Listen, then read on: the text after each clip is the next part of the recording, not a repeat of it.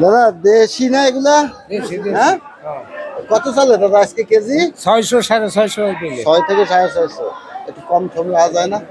কম হইলে বাজার হিসাবে আজকের বাজারে কত চলে?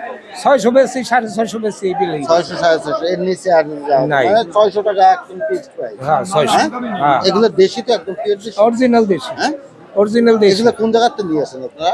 এটা হইলে ওটা কি নাসল মাল নাসরমাল বাজার দিয়ে নিয়ে আসেন। আচ্ছা, আজকে কতগুলো সেল হয়েছে?